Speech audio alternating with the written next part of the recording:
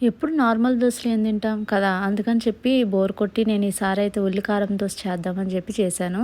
ఎప్పుడో పెళ్ళైన కొత్తలో చేశాను. తర్వాత మా పిల్లలు పుట్టిన తర్వాత అస్సలు చేయలేదు. ఎందుకంటే ఇది కారంగా, ఘాటుగా ఉంటది కాబట్టి వాళ్ళు తినరని చెప్పి చేయలేదు. కానీ ఎందుకో నాకు ఈరోజు ఉల్లి కారం దోస చేయాలనిపించి చేశాను. దానికోసం ఒక మిక్సీ తీసుకుని దానిలో ఒక ఉల్లిపాయని కట్ చేసుకుని వేసుకున్నాను. తర్వాత 4, 5 వెల్లుల్లిపాయలు అండ్ 6, 7 ఎండుమిరపకాయలు ఇవి నానబెట్టుకుని వేసుకోవాలి. తర్వాత టేస్ట్‌కి సరిపడినంత సాల్ట్, కొంచెం చింతపండు, ఒక స్పూన్ జీలకర్ర, అలాగే కొద్దిగా వాటర్ వేసుకొని ఇలా మిక్సీ చేసుకోవాలి.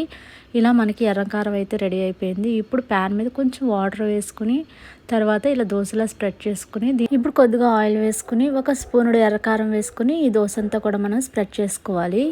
అసలు టేస్ట్ అయితే చాలా బాగుంటుందన్నమాట. ఒక్కసారి తిన్నాము అని అంటే అసలు మనం వదిలిపెట్టాము అలా ఉంటుంది.